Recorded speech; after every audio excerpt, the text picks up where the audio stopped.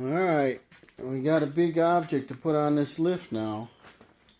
I went down to check the mail. And we got a steep drive. I went down, got near the bottom, and I pressed the brake on, and it's hydrostatic, but you press the brake on to stop, and it just went right out into the road. I almost got hit. A truck went by, and I went, whoa! So, we got no brakes on this. That's, I think it's got a disc on this side. But let me raise this up and see what we got going on here. I don't want Dawson using this, and I don't want to use this with no brakes. So let's see what we got going on. Let's see if this lift has strength enough to lift it here. Oh, I don't know. It's struggling. We'll get her up in the air and see what's happening here.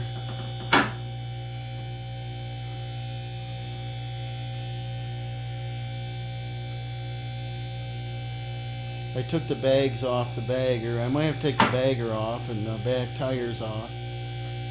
But definitely the lift is nicer to get it up a little higher so I don't have to lay on the ground to look at it.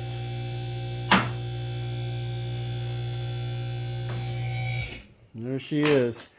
So what I'll do is I'll get some light on it, get some tools out, and see what's going on. I think the brake, like I said, I remember what side it's on, but we'll find out. I'm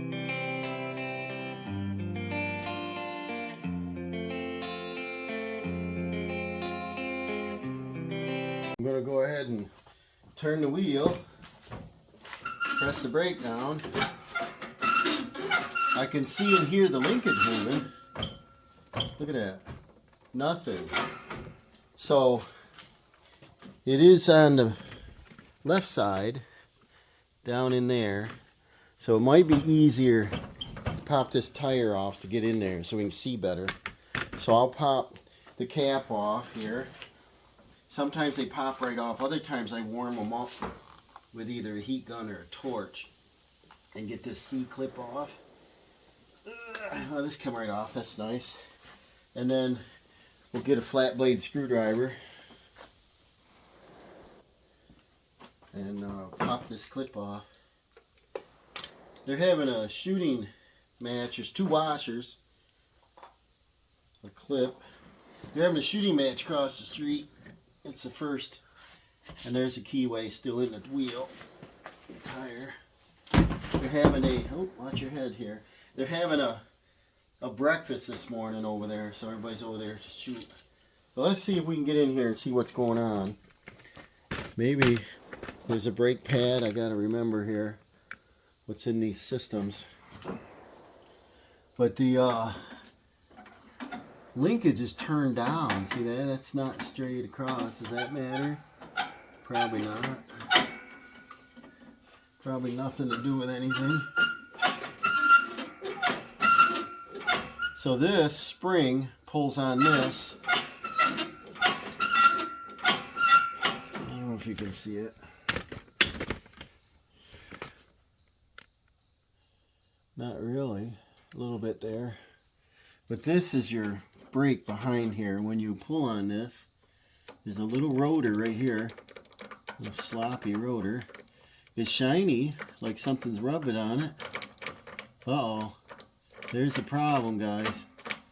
Look at that. I can turn the rotor on the shaft. That's not good. So either the gear is stripped on the shaft or the gear is stripped on the rotor. Get you down here where you can see that.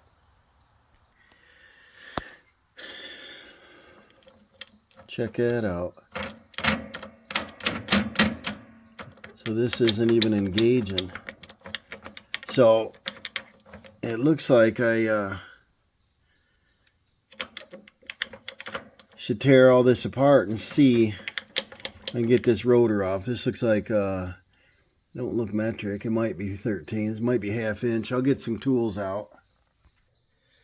Alright, let's see what we got here. It looks smaller than 1/2 inch. I got a 7/16. Yep. So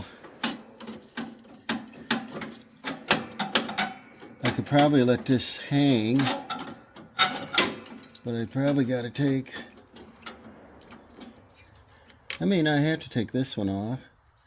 Looks like I got to take this castle nut cotter key off. And I haven't done one of these before, so I don't know. Let's find out if I can fix this or if I gotta buy a lot. It's a 2012. I bought new. It's got a lot of hours on it, and they're not gentle hours because we have a tougher lawn than most. So that looks like a 9/16. We have a tougher lawn than most because we got a lot of rocks, a lot of leaves, a lot of terrain out front where it's really steep. It is not, ooh, that's loose. So apparently this is how you adjust a brake, right? Spring would pull it back, this would pull it up. So I don't know if we need to measure anything, probably not. Probably just tighten it up till it drags. I was hoping the brake pad was loose or broke. It looks worse than that. Washer, not. Let's see if this will come off in there. Yup. And I can let it hang. Yeah. Then there's another washer or spring right here.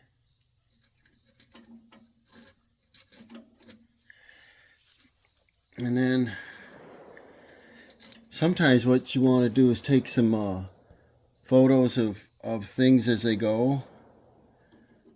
You remember how they went. Probably can look them up online. So we do have to take the two 7/16 out. Shorter one on the left.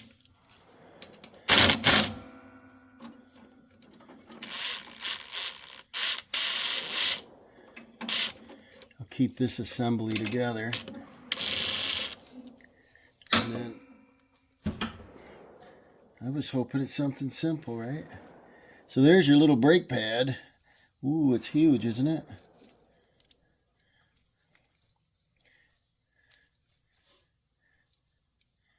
That sits in there. Not much left of that, see? It's almost to the metal. And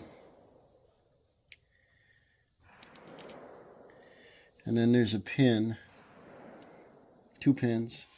The 2 pins go into here, and that, oh, that's what pushes on your brake. Okay. And then there's a spacer. So there's a pin, a pin. I'll hold on to those. We set our spacer in. That goes in this direction if it matters. Then your brake pad. And the reason I thought it was all gone is it's all the way in, but you press on them and that pushes it out. So that's good. And then the longer with a, can't say it, bushing on there on that side. Now we're down to the problem. There's a rock here. It's not shiny, so that didn't grind on anything. See what's in here. So here's another brake pad. The flat side goes in. Here's your other brake pad.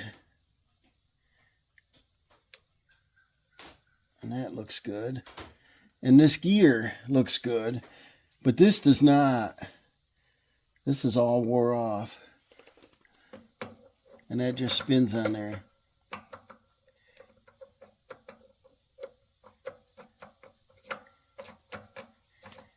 How do we know how far in it goes? There, my brake pad fell out. If I push this in all the way,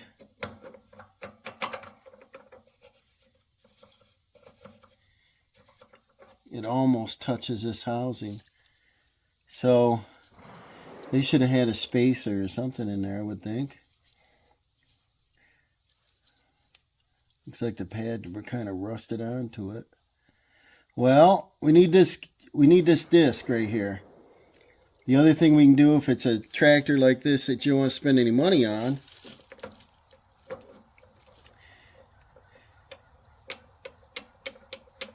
I wonder if this is designed to move back and forth. I would think not, because you want this to pivot back and forth onto it to apply the brake, so you probably wouldn't want this moving too. I was going to say, I could probably put a little spot of weld on that, figure out where I want it to go. Too bad it wouldn't be right flush with the edge, because I could grind it off if I need to take it off. Let me see how much one of these are. And it looks like, yeah, it's not a two-piece. This ring right here, I thought this you could buy this separate and press it in there, but it looks like a one-piece. So that's what we need. That's the only thing we need, I guess. So we got to have brakes, so let's get this fixed. I'll figure out what I'm going to do here. Like I said, if it's an old tractor I want to get rid of, which it's seen better days, you know. If this thing's a $10 part, it's worth getting. And then the gear on here, it does look okay, but I don't know if it's supposed to be super sharp or not. But there's a huge difference there. So I would imagine the wear is not on this one. It's on this. I'll find out. Okay, I did some more research online. I can't find the model number on this. It keeps popping up that it's an 18 tooth, and I'm counting 15 teeth. And so either this is discontinued or I'm not doing it proper, but I went on eBay, Amazon, Sears Parts Direct, General Search, looking by photos. That's what I'm coming up with, but I think what happens is this is designed to slide in and out just a little bit on the shaft, and what it does is when it applies the brakes, it presses the rotor against the other pad in there. And so once this pad gets wore down to 0, then you're out of brake. I don't use the brakes much on the hydrostatic anyway. I just bring the lever to neutral and it stops. But in a case where an emergency stop, you need to hit the brake, then you need to have this working. My opinion is, if I can't get this proper part, I need to make either a keyway so this can slide in and out, which is going to be very difficult to do. I thought about welding this on the shaft if it doesn't harm the shaft, but if I do it like this, it's going to be crooked. The pad is at the top, which is better than the models at the bottom, because this gets full of debris and there's nothing up there. If I put light pressure up here, that has to be straight on the shaft. And if I put a little zip here and a little zip there of weld, I can probably grind that off. But I think what would happen is when I apply the brake, I'm only using the outside brake pad. They call it a puck, but outside brake pad. And so if I can't get the part, I can get an 18 tooth for $60 plus shipping. It's a lot of money for this thing. To make a keyway, I'm not sure. I think there's damage on this shaft too, because they're not pointed like they should be. So I think there's a combination of both of them wore down. So that's why I'm leaning towards a weld. I don't know how else to hold this still. I'll do a little more thinking, but my guess is if I decided to weld it, instead of just pressing it in all the way, it's probably not going to be straight because there's a little play in this, that if I pressed at the top, that would line the rotor straight on the shaft. And then the weld, of course, would be out here that I can grind off in the future. That's just like the redneck way of doing it. But that's my guess of being able to get at least a brake to stop on this. I got the squirrel playing with a straw. No, it's a zip tie.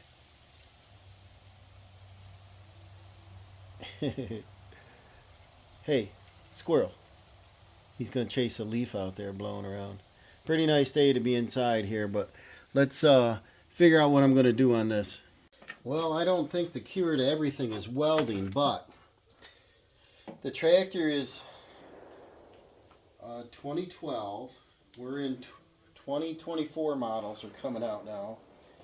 So 12 years. I think I'm mowing probably about 3 hours approximately when I mow the whole thing. It takes longer if I do leaves. And then I use a cart to tow around. So if you want to count the hours on this thing, there's no hour meter.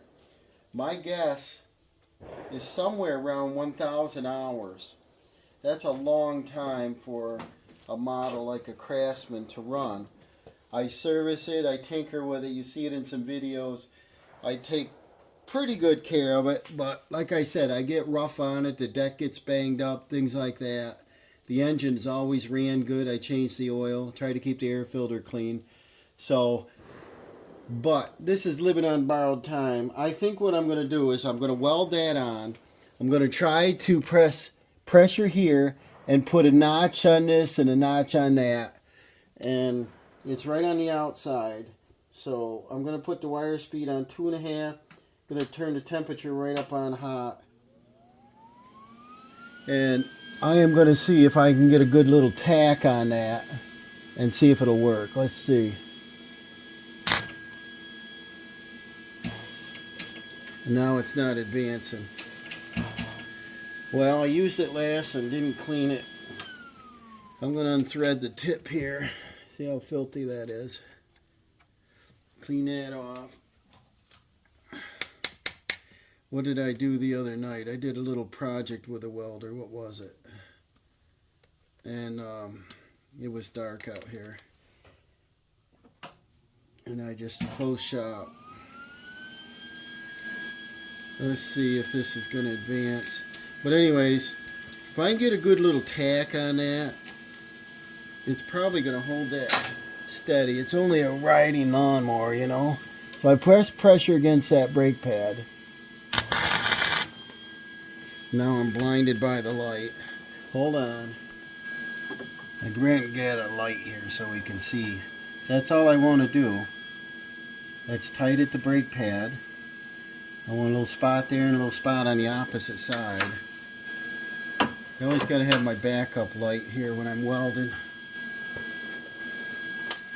Let's see if we can get another one on the opposite side here.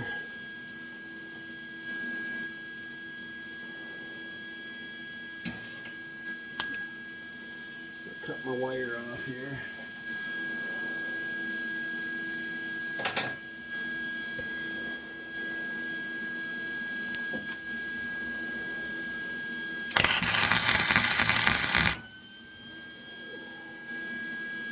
We gotta go back,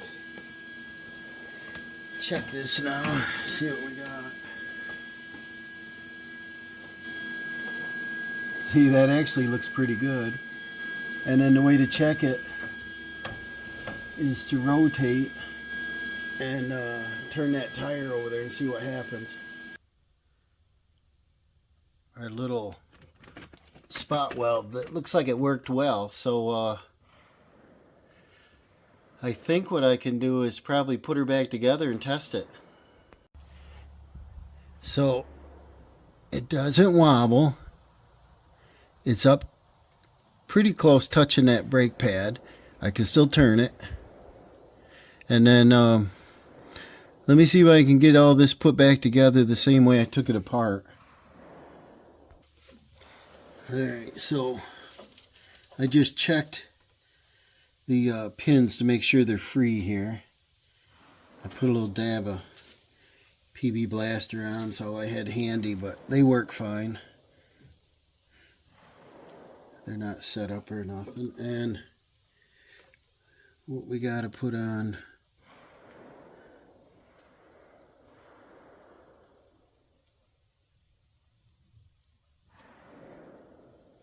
is the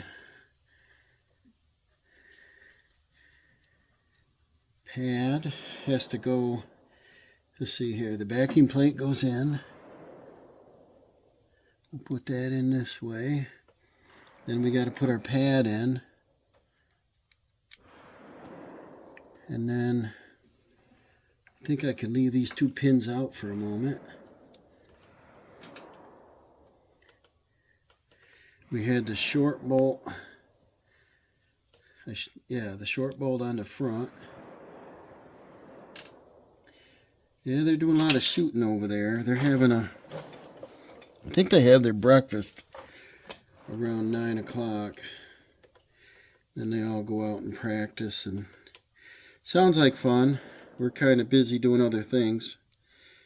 Alright, so we got our backing plate in there. A little fumble here. And then put our pad in there.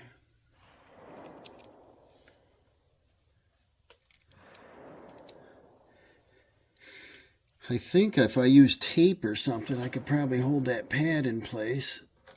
Let's see if I can bring it up like that. Start my bolt.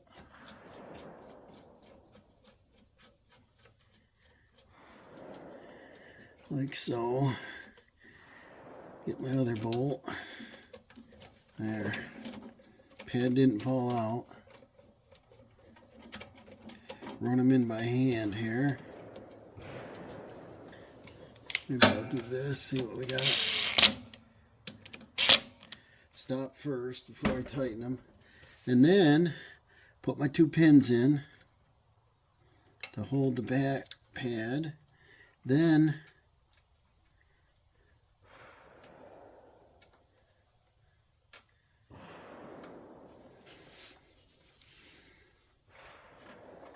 find my castle nut. Be right back. Well, I got my spring I better put on there. And then let's go ahead and tighten these up. They don't have to be that tight. And then let's figure out how this goes on there. We got this way. Our spring rides right there. That's where it contacts them 2 pins. So this goes on like yay. This spring goes over top of that shoulder like that. Press this in like that. And then we got to put our washer on. It's got 2 little grooves in it. That was on that way. Doesn't matter. And then our castle nut.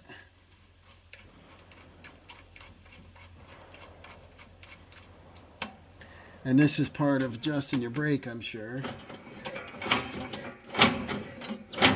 The more you tighten that up, the tighter the brakes are going to be.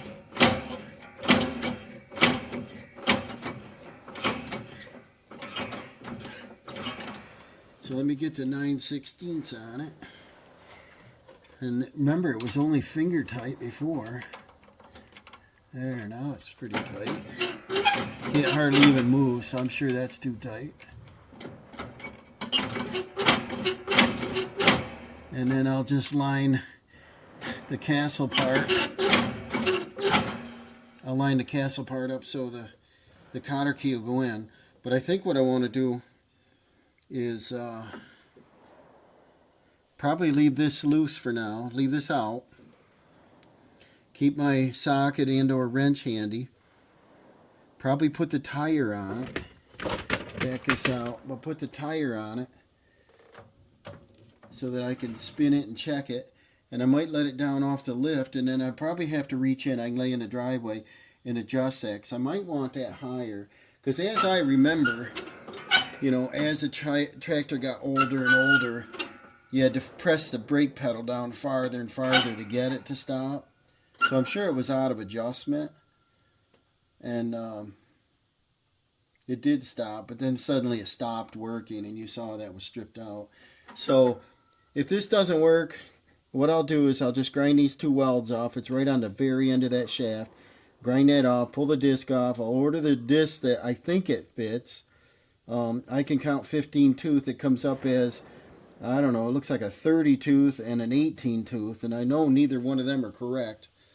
So I may have to go to a lawnmower shop and explain it, and they might know exactly the gear I need or something, or might have one in stock, but online I'm getting nowhere. So I'm going to put the tire on, and then we'll lower this down, get this out of here, you know. So we'll put the cotter key in there.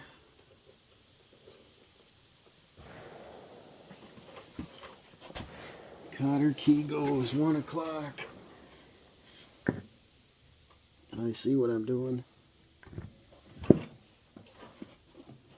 You know, I might do it afterwards. So cotter key around 1 o'clock. Yeah, it's definitely easier afterwards, right? You can see what you're doing.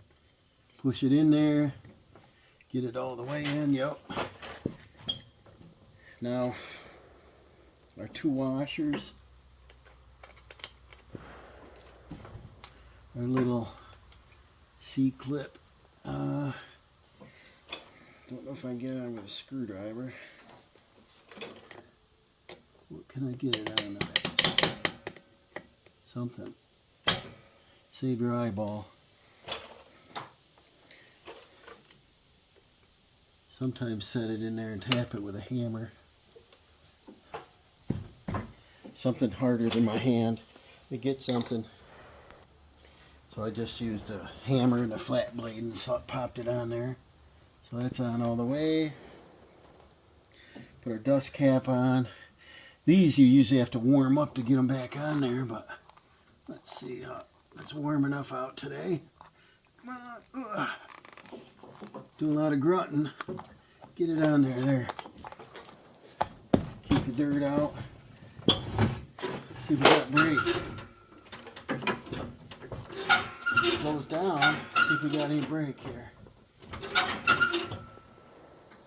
Both tires are turning, right?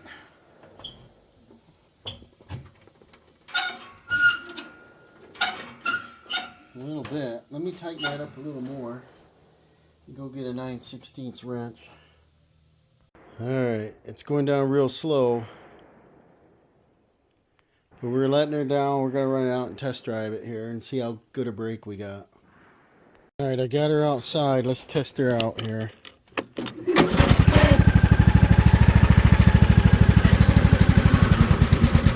We'll just go slow at first.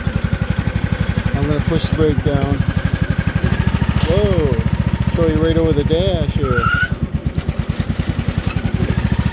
It's working, man. I normally stop it by just pulling the lever back. Now everything's foot drive. This was before the foot drive. And let's give it some speed and see what happens.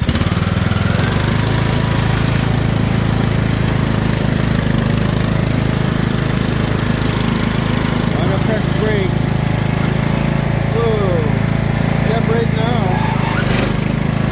I think I left skid marks. Let me press it normal then.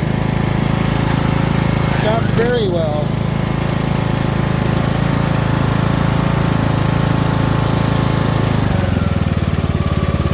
Let's see if I was just plain moving around. Let's see. I don't get thrown over the dash here, you know. You hear the belt squealing. So, like I said, how I normally stop is I pull this back to neutral. And if I'm on a steep hill, I will apply the brake then. I think this is going to be a cheap fix. As far as adjustment, probably adjusted a hair tight. I think I'll loosen that up a little. And that's just the belt squealing because I'm still in forward gear, but I think that's fixed. Let me go back and turn that nut about 1/2 turn back and test it, and then try the cotter key after that. You probably can't see anything through there, probably like I can't. That's why it's nice while the tire's out. But if I can look sort of through this way, put my hand on that nut, and I'll come up from underneath here. Or the front, maybe. Yeah, I can reach it through the front. I'm going to back that nut off just about If I go to the next slot, that's about 1/8 of a turn anyway, maybe 1/4 of a turn. And I'm going to put the cotter key in it. Might have to put a new cotter key. Let's see if it fits. It looks like it just about fits.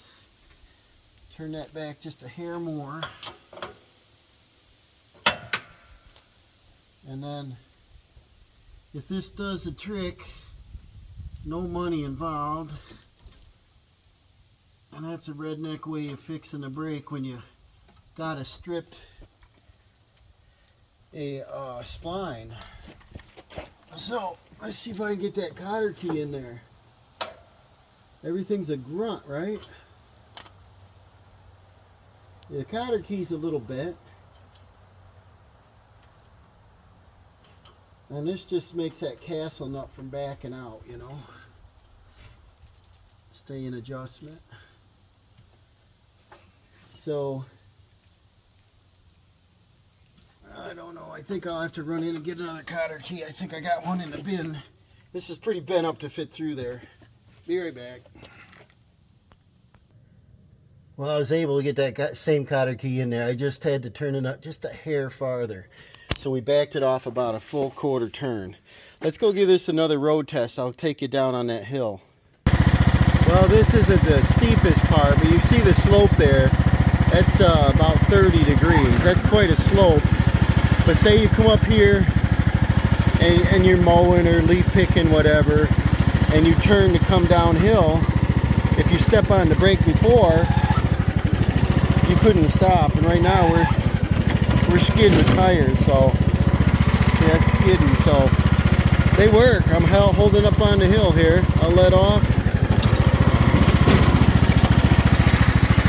So this tends to be a little rougher than most people's. There's a bank down here. See how steep the driveway is, and the knoll here. I've been dumping my leaves right here on this tree root. Here we go to stop. Stop within about 3 feet. Let's see what it does at idle. Stops right away. So this is a fix, guys. I think saved me, around $65. Well, with tax, 65 or 70 bucks. And